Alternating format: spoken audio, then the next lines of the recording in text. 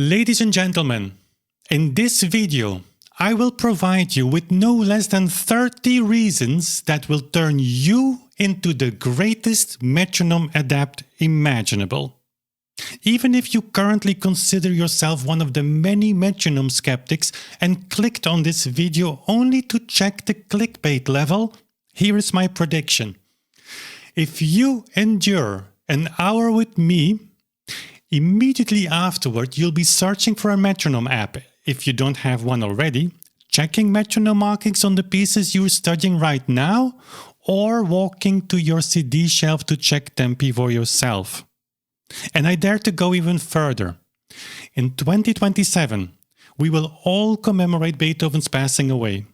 I'm convinced that a substantial part of our music world, and certainly you as well, will not only appreciate and acknowledge the metronome as a close companion, but also consider it our best guide to gently lead us in the interpretations of Beethoven, Schumann, Chopin, and so many other composers. Not in the way we use it today, but according to the principles of the W.B.M.P, the whole beat metronome practice. This subtle shift from 1 click per note value to 2, exactly as scientists still use the pendulum according to the same age-old recipe 3, 4, 5, 6, is enough to push aside a gigantic curtain that has hidden an historical musical reality for more than a century.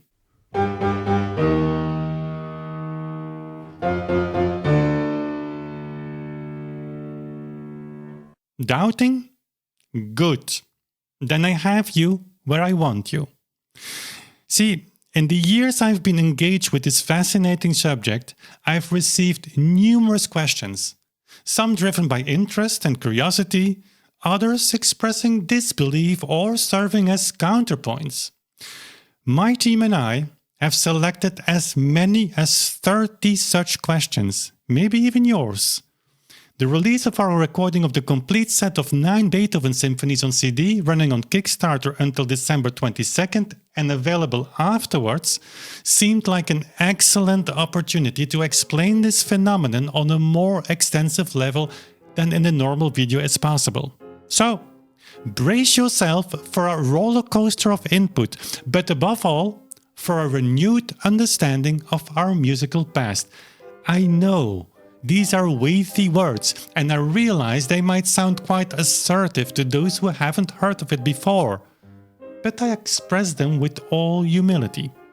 Ultimately, it's straightforward. If there are only 2 ways to use a metronome, and one way causes more problems than solutions, then only the other method remains, which happens to be our beloved WBMP. In fact, it's all very simple. Let's get rid of the many mysteries, pseudo-solutions, and go for what's evident, for what's in front of our eyes. Enjoy the ride.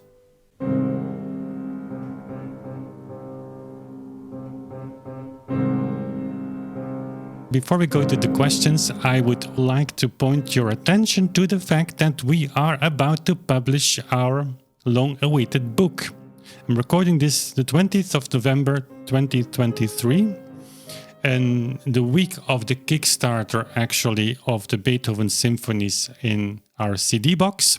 That book will contain all of the information that I'm going to present in this long video, and of course a lot more. You could say like this, what you're going to hear, what you're going to learn, hopefully what I'm going to share is not even a summary of what will be in that book. And that research, of course, is not only my research, it's also research executed in the first place by my colleague Lorenz Gradient, I should say Dr. Lorenz Gradient, who worked on this issue for the last 40 years. And so just to say that all of this is not just something that we invent on the spot, but this research, of course, goes back much further. Here we go.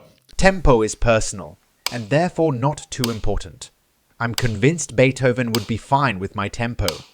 the question if tempo is personal is a no-brainer. Of course it is. Of course it is. That's why it's such a heated debate. If tempo was something like, wow, whatever, then nobody would care about us playing pieces in a different tempo. So the fact that we in a way felt the need, the necessity to make this video for you proves how important tempo is. But it's not only for us, it's not only for you, it's also for the composers of the 19th century. It's not so hard to find the quotes of the famous composers and others that say like tempo is everything. We will come back on that in the frequently asked questions. And so in this project where we want to come as close as possible to the intentions of the composers, the tempo dictates everything. And so yes, it's personal, but it was personal to Beethoven as well. And we know from him that he cared a lot about this. So Beethoven entering your study room, you playing in a different tempo that he had in mind, I'm not so sure that conversation would go well. I apologize for being so straightforward, but your theory has been proven to be nonsensical. That's hard to address by myself. You will see the book is going to address a lot of things. And then, of course, you can, hopefully as a reader by that time, can make up your mind yourself by reading it. But again, the logic is there. I do not have to refer to the first question that they answered, like, okay, logically you have two solutions, so one doesn't work, then the other remains as the only solution. So I would say the burden of the proof is not on our shoulders. It's on the shoulders of those musicians. And now I'm also quite direct, that claim this to be nonsense, but fail to prove their position, namely single beat to be the default position of metronome reading throughout times. And I'm not only saying musicians, also scholars and academics. I mean, this is the current paradigm.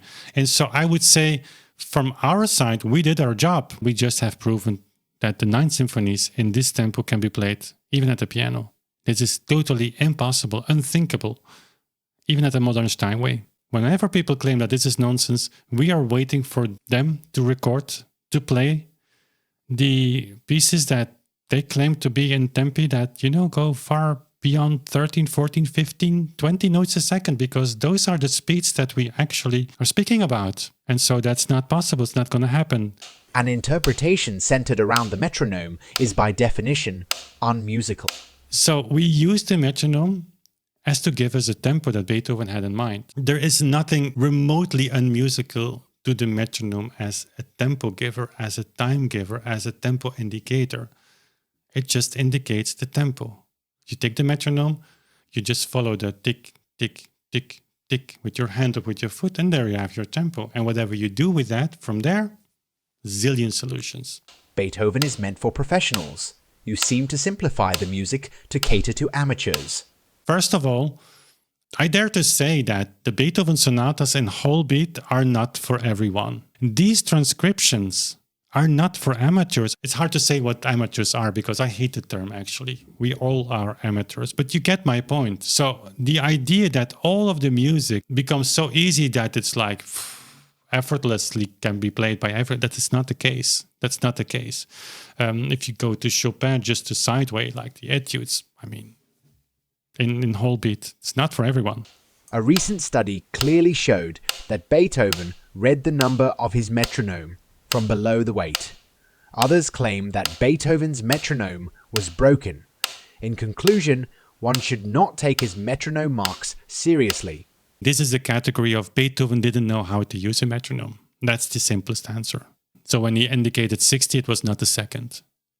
And more surprisingly, that his entire entourage kept that as a secret. Well, that's a conspiracy theory.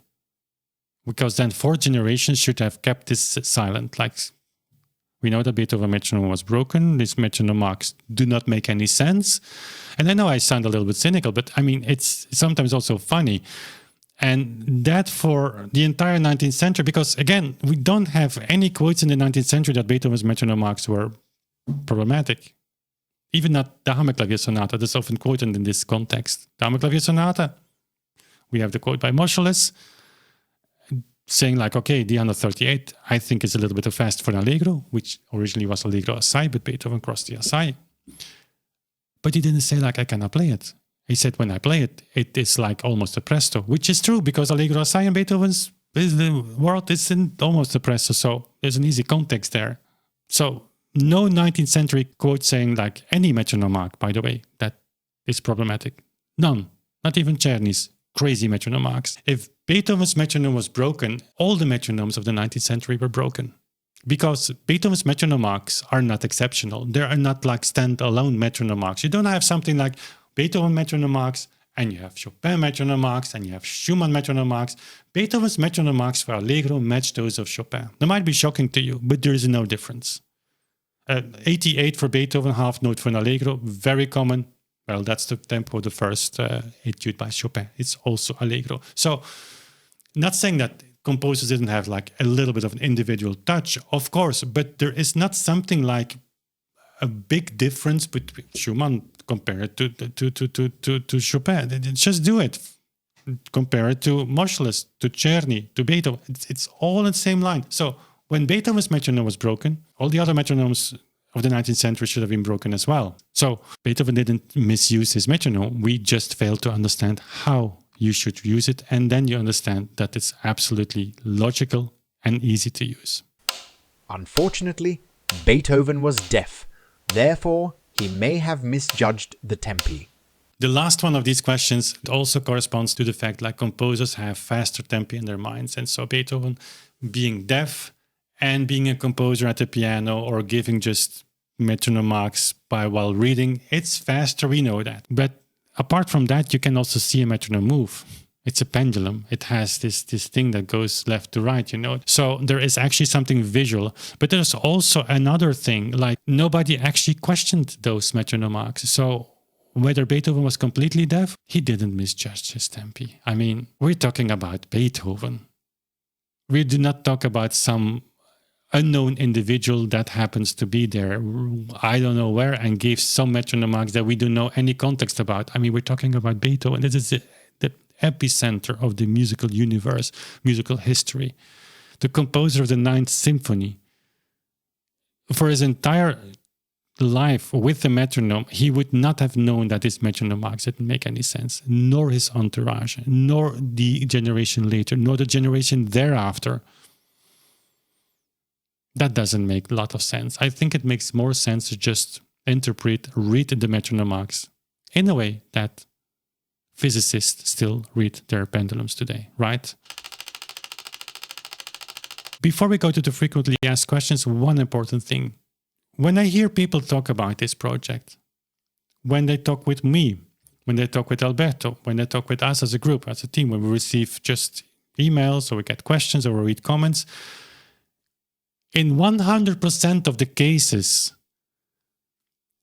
the people asking those questions or giving counter arguments or asking like questions from this perspective, but this doesn't make sense. If you have this doesn't make sense. It's always from the perspective that the single beat approach, the modern metronome approach, is the default position, represents the default position. But what you should do is like, okay, how many possibilities do we have? Only two.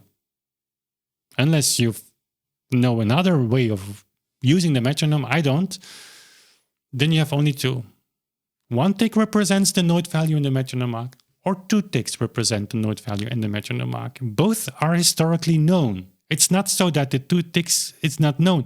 It's the main use of the pendulum. So you have only those two options. Then whenever you have questions, just look through the metronome marks from the lens of single beat and see what happens then. And then you shift to the new default position. And that's the thing that you should do. What happens when I look to this problem, so to say, this little piece of the puzzle, when I'm using the whole beat approach? And you will see that oftentimes in the whole beat approach, everything falls into place. And another thing is, one element never is enough to disprove or prove anything. You have to create a context. Everything is related with each other. Always step back a little bit. Look at the two sides of the story, but then create a context, see how it relates. And then oftentimes these questions just resolve itself. And sometimes it's just logical thinking. Beethoven, not knowing how to use a metronome, one of the most simple mechanical devices ever invented, I'm not buying that. And I really hope you, after hearing me talk about this, neither. So let's move on to the frequently asked questions. What are we talking about? What is this tempo reconstruction thing? What we do, we offer a new and comprehensive perspective on the historical use of the metronome and also of the pendulum, by the way. What it does, it challenges the current view in musicological circles that holds that there was only one way of reading the metronome and that it was the same as how we read it today, even though the speeds required are often technically impossible. So our research, in a way, rediscovers the original meaning of metronome marks, which, by the way, were always described historically as exact tempo indications. And so this project, this research, later the book, what it does, it puts musicians in touch with the highly important bit of information of the past, which those past composers supplied to achieve the correct performance of their works. And that is, of course, their personal choice of tempo. What do W.B.M.P. and SBMP stand for? Well, we addressed that already a little bit in the general part of this video, but W.B.M.P. stands for whole beat metronome practice. SBMP for single beat metronome practice.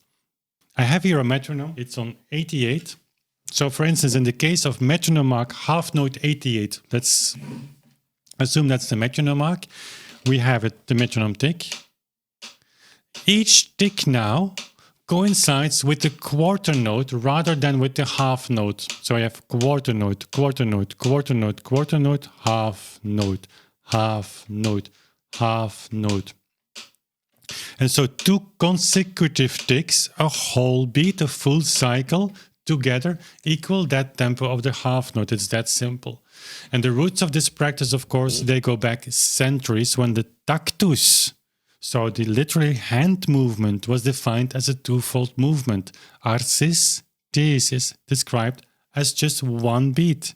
So what we actually apply for the metronome is something that today everybody applies for what we say polyphonic or Renaissance music. We still apply this practice as well in physics, as I said before. They also count whole cycles as one. 3, 4, 5, 6. Or even in music schools, where students learn to count, so to say, the notes by means of filling the subdivision as well. 1 and 2 and so on. And SMBP, single beat practice, stands for our modern practice, where each tick represents the entire note value of the metronome mark. Are the problems related to metronome marks not already solved by modern musicology? Well, so far they haven't been. The official musicological standpoint remains that there is only the modern SB, single beat, way of reading the metronome. This position results in unrealistic speeds that can even go beyond 20 notes a second and in many cases are impossible for humans to execute. And moreover, the single beat reading has now been worked over exhaustively for almost a century and has been unable to provide any definitive answers or practical solutions. In this project, we go right back to square one and reread and interpret anew historical sources and contexts and how these two relate to each other, irrespective of current opinions on this subject. If this theory were true, why isn't it widely accepted by scholars and musicians? It is granted some of the alternative solutions presented formally did have major flaws, not only in their methodology, but also in their conclusions, or in both of these. At the same time, there was and still is very little incentive to be critical of the tempo claims made by both musicologists and musicians. As a principle, we would encourage recreating the necessary space for both musicians and scholars to float new ideas. Healthy curiosity and an absolute respect for the facts will bring us closer to the composer's intentions. Composers are known to mark too fast tempi. That happens still today. So, Whenever the WBMP is considered as a solution to the metronome problem, one of the frequently cited counter-arguments is that it is a well-known phenomenon for composers to indicate tempi faster than they actually wish to see them realized in performance. We do not doubt that this may be indeed the case with contemporary composers. It's even plausible that composers in the past did not immediately settle on their definitive tempi, and that the final tempo was, for them as well, a matter of exploration. The fallacy made in this regard is twofold. Firstly, this reasoning underscores that tempo markings are a meticulous process which even today is carefully deliberated upon. Most historical metronome markings have ultimately come down to us in printed form. As Johannes Brahms wrote to Clara Schumann, this is a result of sometimes a year's worth of reflection. However, the essence lies elsewhere. This project, this research endeavors to provide a method for how these metronome markings should ideally be interpreted. The origin or ultra-accuracy of the given metronome marks may be intriguing, but it is by no means relevant. The contemporary composer who later finds their initial tempo somewhat too fast must realize that despite this fact, their original tempo is still playable. It's difficult to assume that among the hundreds, if not thousands, of historical metronome marks, no one has ever recognized their impracticability. Even if all 19th century composers hastily and carelessly published their first too fast tempo impressions in a metronome mark, that tempo must still be realizable. One cannot reject this metronome mark with the argument that it's too fast, when in reality it is unplayable. Why do I need to know this? Why is this important? The choice of tempo is the foundation of a musical building, on top of which further details such as articulation, phrasing and dynamics are added by the performer. Changing the tempo, even a tiny bit, changes the character of the composition and also our perception of it. Therefore, disregarding the composer's tempo indications amounts to disregarding the architectural blueprint of the building to be constructed. It's a choice that every modern musician must and can make individually. So you claim that every musician and scholar today is wrong, and only you are right. This research is not centered around determining who is right or wrong. No one can definitely claim to have fully reconstructed Beethoven's or any other composer's approach to playing. Simply adhering to the historically accurate tempo is a crucial starting point, but it alone is insufficient. Additional factors must be considered. Regrettably, there's often lack of a serious consideration for the composer's own tempo indications, which offer precise numerical values and should play a significant role in tempo reconstruction.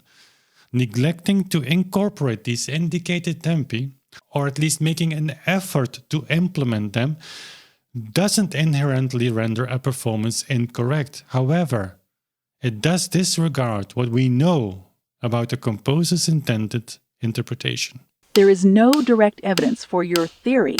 Firstly, it is wrong to describe the WBMP as a theory when it's actually a practice which can be directly applied to a performance. The same cannot be said of single-beat metronome practice, which should be considered only as a theoretical model because many of the metronome marks read this way are impossible to realize. Secondly, the sources indicating, speaking of, or pointing to WBMP are either ignored or read, as we believe, incorrectly, incoherently, or without regard to the full context. Thirdly, WBMP was the same as the century-old practice of timing using the period of the pendulum. Mersenne, even in the 17th century, took the oldest metronome of humanity, the heart with its two-fold beat, and converted it into a two-fold pendulum period. So sources speaking about a metronome should therefore be read from this perspective to see how WBMP came about and the assumptions behind it. However, direct evidence is found in sources that we will fully describe in our upcoming publication, Fixing the Beethoven Mistake, a paradigm shift in classical music. But we have sources such as the Melzel Instructions 1816, the Melzel Canon, or publications by Olros Swoboda, Edward Jeux. Examples of evidence implying W.B.M.P. are also found in publications of Mattis Lucy, Da Costa 1820 even, Edward Holmes 1826, the Reger-Straube case, Roel Pogno, and many more. All of that, I would like to point you to the upcoming book publication, hopefully next year, for all of that information. There are only a handful of so-called problematic metronome marks. Even if this were true, the WBMP would still be the most obvious way of reading most 19th century metronome marks if one considers the circumstantial evidence and the principles of notation. But the number of problematic metronome marks is much more than a handful. It is very easy to assemble 200 pieces that one can say the absolute greatest virtuosi wouldn't be able to play at all. If we then add all pieces with passages that require serious compromises like a change of tempo within a piece, this number would easily triple or quadruple.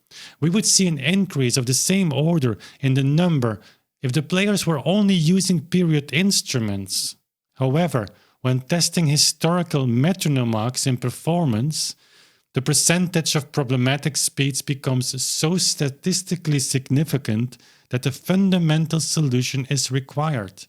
This solution can either be rejecting hundreds if not thousands of historical metronome marks for some reason as yet indiscernible, or questioning the way we read these indications currently. These are the only two possible options we have. A metronome mark only serves for the first few bars. This argument is used quite often to explain the many impossible speeds resulting from a single beat reading of the metronome. The sources that give rise to this narrative are much less known than the deduction made from them, and there are in fact only two.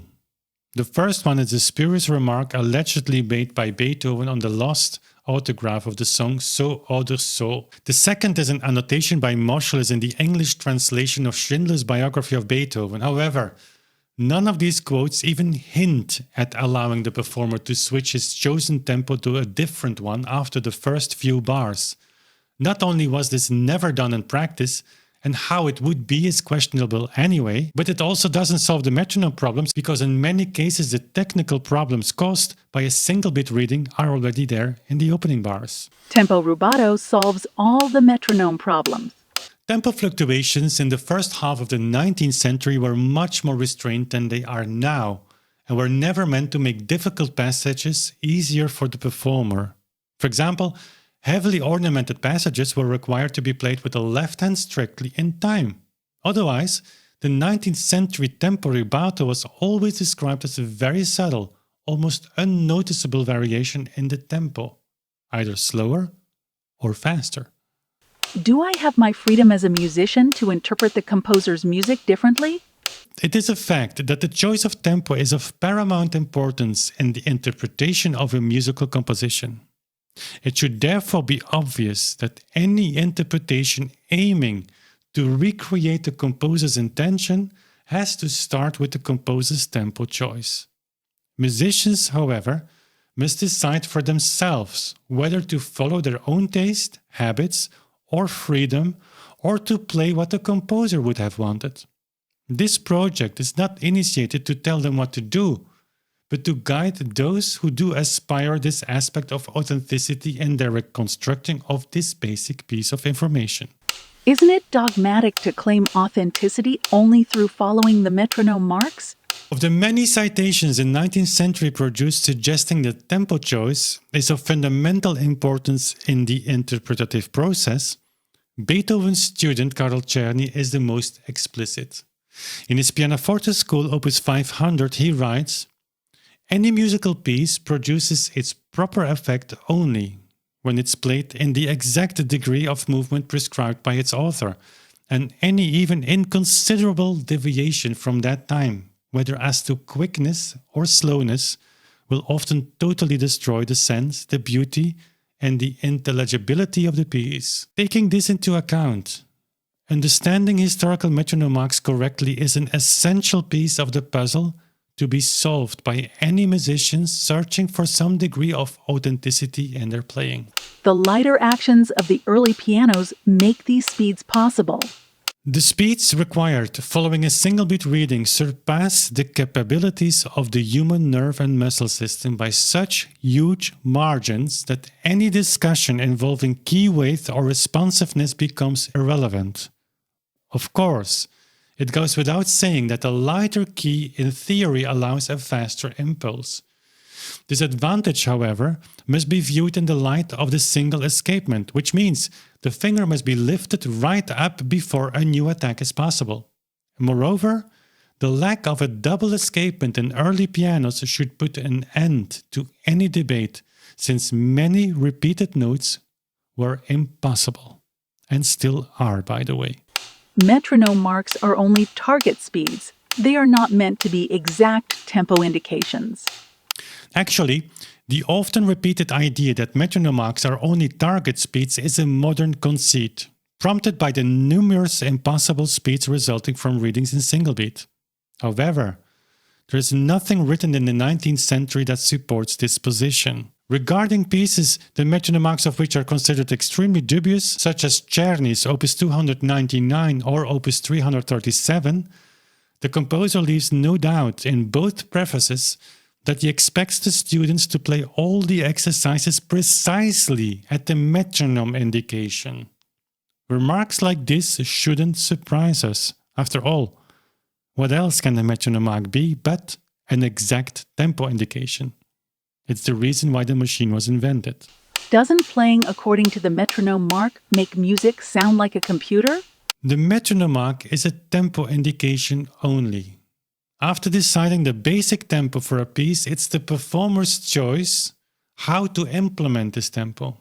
Using the given metronome mark to set the tempo of a performance does not mean that one should play rigidly metronomically. 19th century data on concert durations debunk the whole beat metronome practice. The idea that data on durations matches a single beat reading of metronome marks is untenable. Some even suggest a whole beat reading, for instance, the famous 1808 Beethoven concert, but only a very few suggest a single beat reading. The majority, however, point to a kind of no man's land in between single beat and whole beat. Whereas metronome marks reflect the exact tempo that the composer had in mind, reliable data on durations are only approximate indications of one particular performance. It's therefore important to make the following distinction. Data on durations refers to performances of pieces, while metronome marks reflect the ideal tempo of a composition, which is supplied by the composer or editor. Apart from this, we hardly ever know exactly which pieces or which movements of a larger work were played. Neither do we know if the event took place as announced or programmed, and neither do we have multiple sources to check the reliability of these data, which is thus very unreliable when it comes to reconstructing the composer's intentions. On the other hand, metronome marks were given in the seclusion of the music room and precisely reflect the intention of the composer at that particular moment. The figure given is not open to interpretation and performance and can only be read in one of two ways.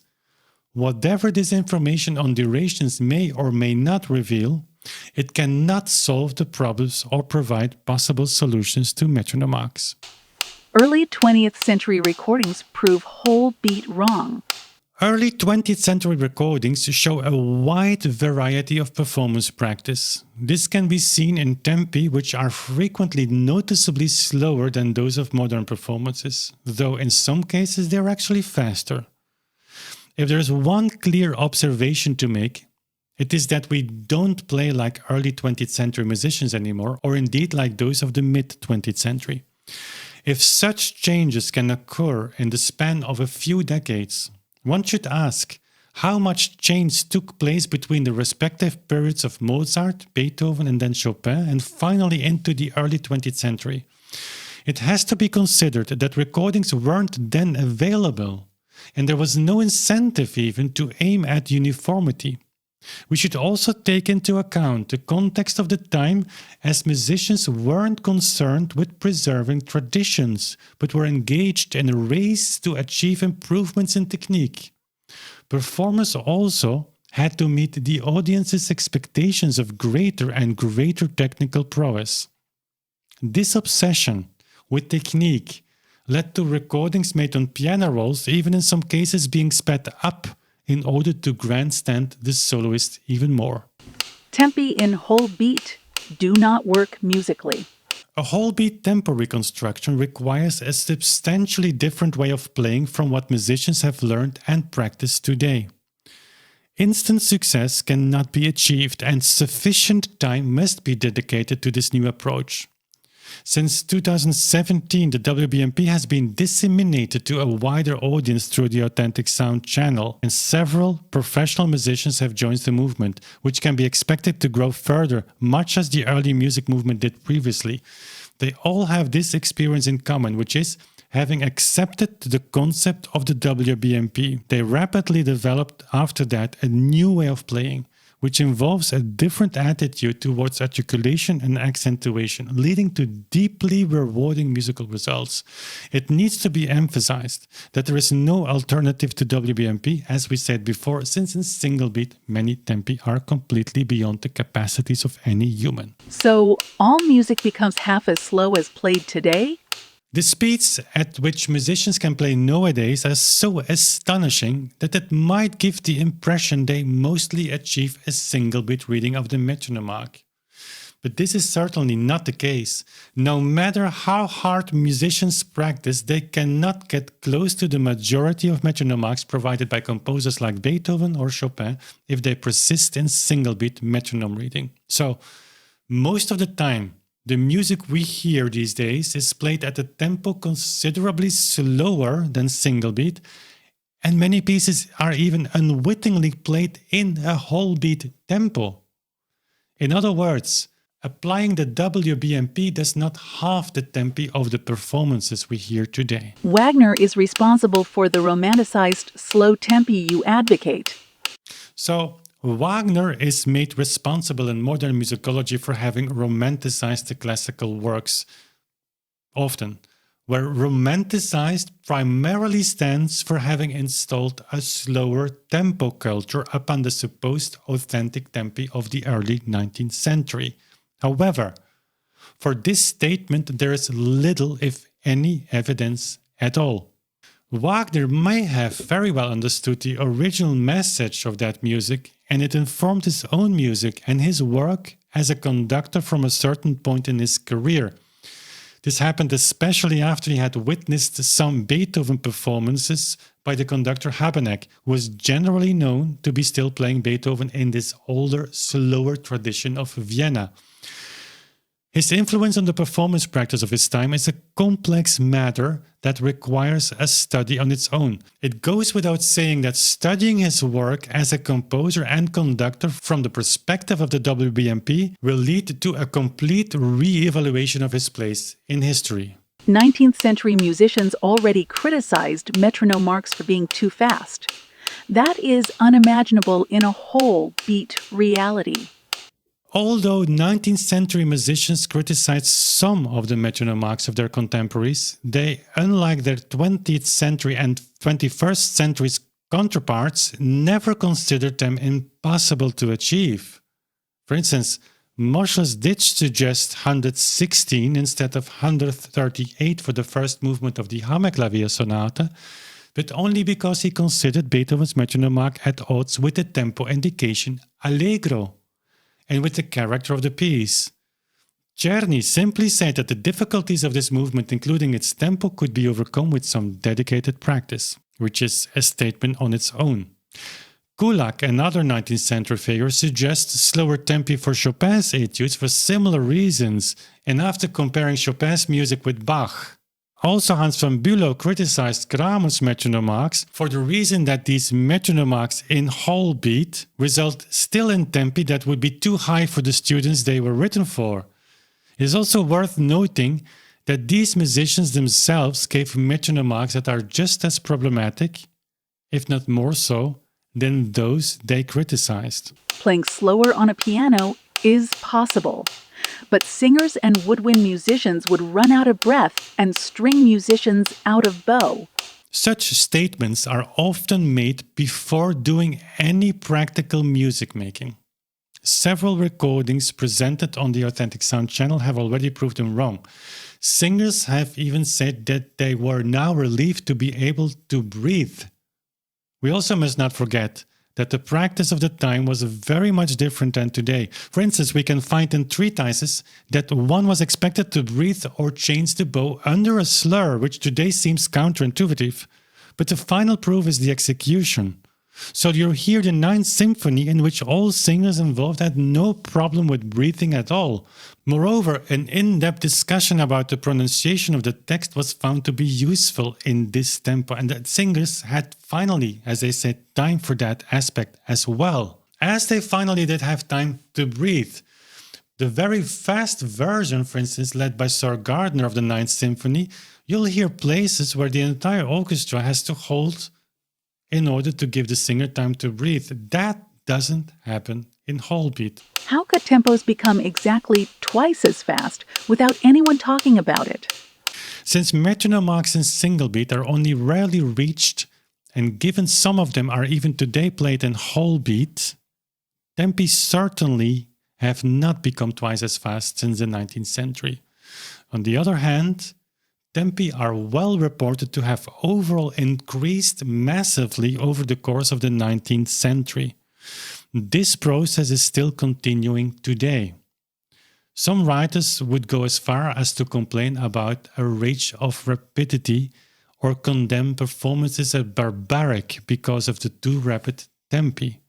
This reported constant increase of tempo throughout the 19th century is only possible with the whole beat reading of the metronome. In short, it was this evolution that people observed and commented on. When did the change from whole beat to single beat happen? In the 19th century, WBMP was predominant, but single beat metronome practice was also in use.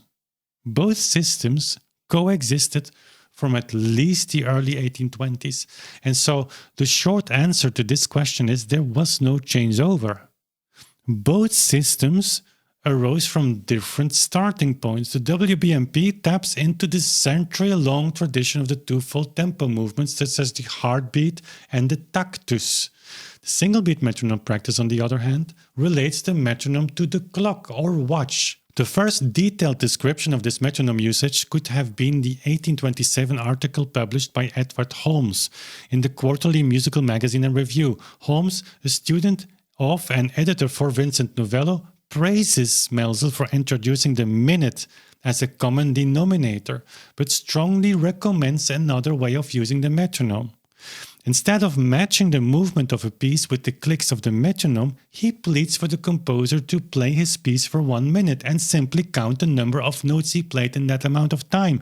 It's quite likely that this was a practice Melzel had already fulminated against in the notorious 1821 article, accusing some even used his metronome as an ordinary clock. Holmes' method is different in that it leads to single beat reading, with the metronome being used as a frequency clock instead of a tempo measurer. His text is particularly important since he clearly implies the existence of the W.B.M.P, as he says it in his own method, and I quote, "Nobody would play a piece that is meant to last 12 minutes in 6. End of quote. He was responsible for many of the Novello editions, and the metronome marks published for these, especially in sacred music, differ from other metronome marks by a ratio of close to 1:2.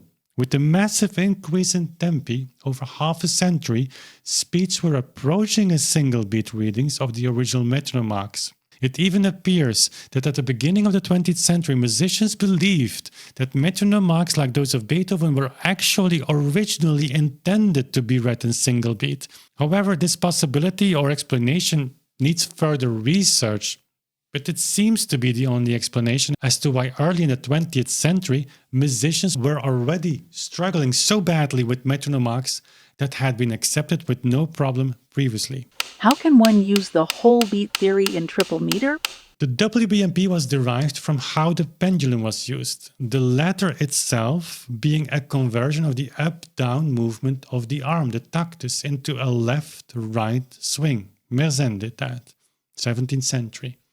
In the case of binary time signatures or proportions, the twofold hand movement is equal, meaning each arm movement or swing of the arm takes the same time. In the ternary time, that movement is unequal, the downstroke taking twice the time of the upstroke, a practice many conductors still use today in rather similar way when beating faster triple time signatures. With the twofold pendulum metronome movement, it is not possible to carry out this unequal type of beating. Nevertheless, beating unequally along with the swinging pendulum is surprisingly easy. The human eye is so accurate in predicting the turning point of the chord that the arm has all the margin it needs to meet the chord as it returns to its starting point. This is of course more difficult with the ticking metronome. Playing along with the metronome in these cases, one has to get a 2-against-3 feeling, which is actually no problem for faster tempi. But using the metronome as a time giver rather than as a time keeper, it is also remarkably easy to convert the binary movement of the metronome into a triple meters tempo. This can be helped by physically beating with the arm or foot where the 2 and 3 time units coincide. Let me take a metronome. We have a tempo, and you have to convert this into a triple meter. You take the downbeats, 1, 1, 1, 1, 1, 2, 3, 1, 2, 3, 1, 2, 3, 1, 2, 3, 1, 2, 3, exact tempo. So far, the most recent source we have found that explicitly deals with the so-called tactus inequalis and the metronome is Louis Danel, 1860. That source obviously will also be in our upcoming book publication. At this speed, there is nothing to learn from this etude. Nowadays, an étude is often understood as being a mere technical exercise in the very restricted sense that it should be played at a very high speed. That being said, playing an étude in whole beat is far from playing slowly.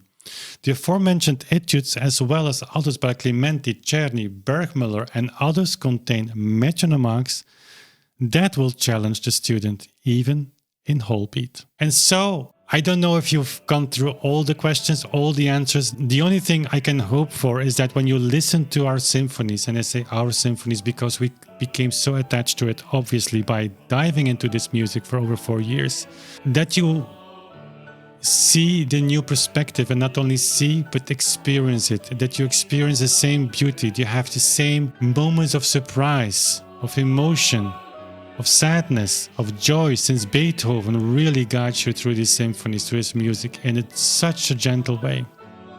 And with that, I would like to end.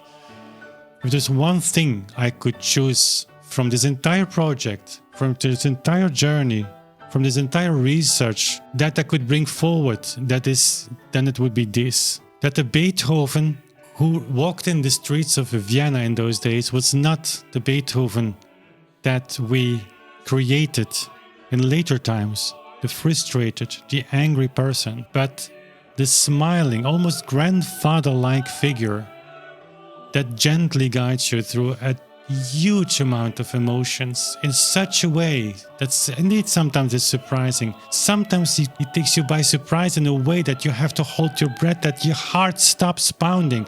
But you know with him, you always are gonna return home safely.